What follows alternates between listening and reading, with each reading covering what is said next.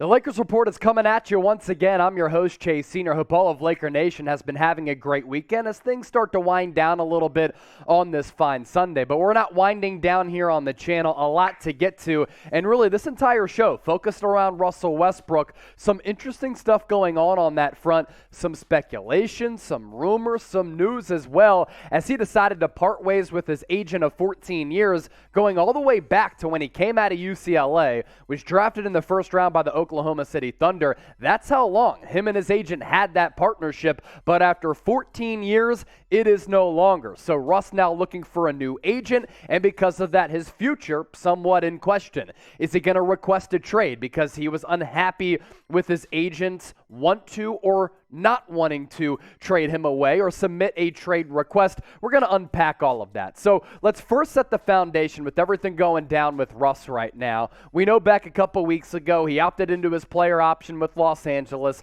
That salary cap figure north of $47 million.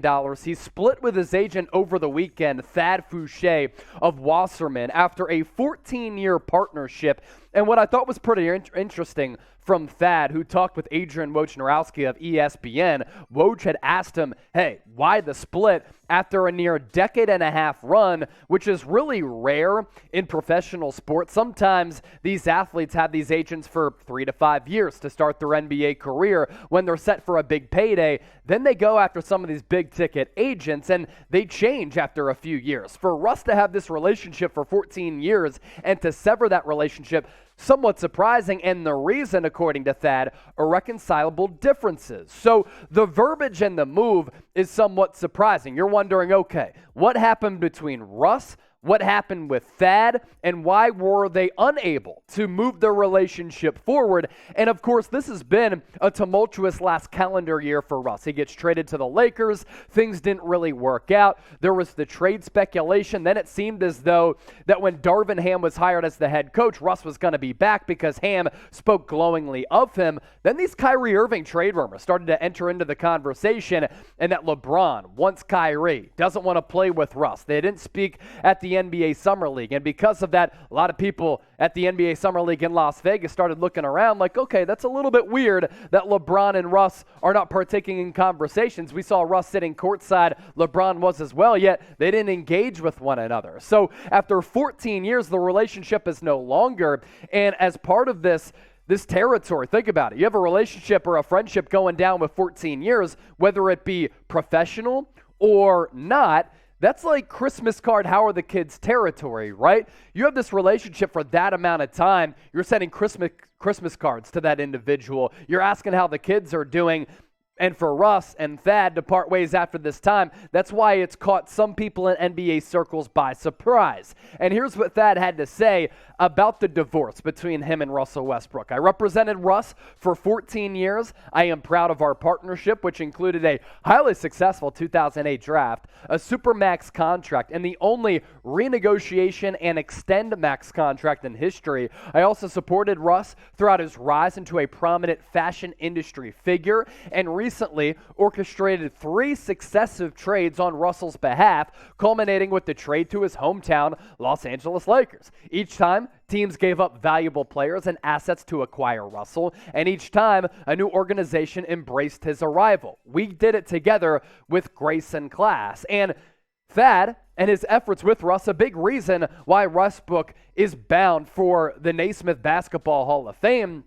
And what my takeaways here, when you read what Thad had to say, is Russ trying to demand a trade because he gets the feeling that LeBron no longer wants to play with him. Instead, he wants to play with Kyrie. And he's getting this sense from the organization that we want to move forward without Russ, and Russ has been involved in all of these trade discussions. And when he went to Thad to maybe submit a trade demand, Thad said no. Because Woj did say the other day after the report came out that this relationship was being cut short and it was going to be no longer, that Thad thinks it's in Russ's best interest to return to the Lakers. But if Russ doesn't see eye to eye with his agent, sometimes that's when these relationships do crater. Now, I want to put you to the test here in the comment section, and I want you to be honest, because here on the channel we value your feedback and we value your opinions and your responses. right now as a player, what do you think about Russell Westbrook, and how would you scale him on the NBA 2K scale from 1 to 100? A big reason why I have a problem with Russ and why others don't see Russ as being that high-level premier player any longer, he has to be realistic about who he is right now. In the last couple of years with the Wizards and with the Lakers, he has not been worth the $47 million price tag. He has played this very frustrating style of basketball. We've covered this ad nauseum, that he doesn't have the greatest feel for the game, never knows when to slow the tempo down. What makes him great is his aggressiveness, his competitiveness, his will to personally and individually succeed, but also take the big shot, hit the big shot. But as part of that, he gets reckless with the basketball. He makes bad decisions. He throws up ill-advised shots. And he has to be realistic about who he is right now in this way.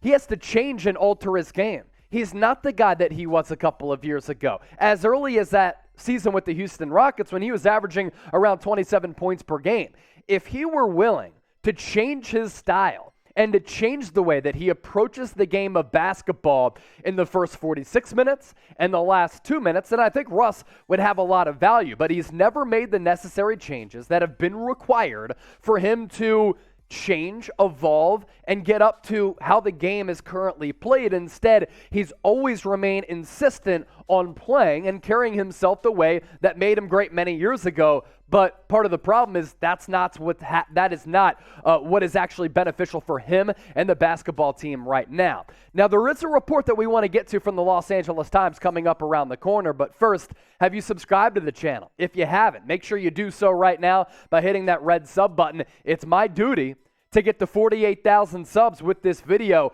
We're 15 people away. So if up to this point you like what you're seeing, this is what we do here on the Lakers Report by Chat Sports. Just hit that red sub button for the best year-round coverage when it comes to the news and rumors front with all things Lakers. Last 2 years for Russ, the production for him has never been a problem, and his production is why he won that MVP over James Harden several years ago with OKC, and why he's been one of the best all-around players that we've seen in this generation and in NBA history. 20 points per game, 9+ boards, 9+ dimes. Those numbers are great. But here's where it starts to get hairy and it gets a little bit tricky, and this is where Russell Westbrook can frustrate a lot of people. It's the lack of efficiency shooting the basketball from anywhere on the floor. 44% from the field, 31% less than that from three-point range. So you're looking at a situation where if Russ does come back to this team, is he willing to change his role? And as part of these conversations throughout this offseason with Darvin Ham, Rob Pelinka, front office, ownership, LeBron James, do they want Russ to change and he's not willing to change, which goes back to that potential trade request, or maybe a trade request that is going to come up at some point here in the future. Maybe. We're speculating, yes, but it's important to really explore all avenues on this front. As for that report from the Los Angeles Times about the maybe severed relationship between Russ, this front office, and LeBron James, is coming from Dan Wokey of the Los Angeles Times. The relationship between the Lakers and Westbrook has looked severely strained this offseason. He attended the Lakers Summer League opener in Las Vegas, but he and LeBron James, who was also there, did not speak. A stark contrast to their time together last summer. The awkwardness was noted throughout NBA circles, with strong beliefs that the Lakers' biggest stars have been pushing for the team to trade for Brooklyn Nets guard Kyrie Irving. So you once again start to speculate here, and you're like, okay, could Russ be unhappy? Maybe. LeBron doesn't want to play with him any longer. The front office has been looking to trade him. And Russ is looking at the Lakers front office, and they're like, really? You're going to go with Kyrie Irving, who's never available for his team? Yet I've been very durable throughout my entire NBA career. And last year, when we had one of the oldest rosters in the history of the NBA, who was the consistent force, who was actually playing night in and night out? It was me. And you want to go with the flake and Kyrie Irving over me? I want out. Thad, I want out. Make that trade request be known. And if Thad said no, then maybe that's why Russell Westbrook going in a new direction with his future agent. Who will his future agent be? Will it be Clutch Sports and Rich Paul? I highly doubt that because of the relationship with LeBron James. But a lot of people are going to talk about that in the comment section, I imagine.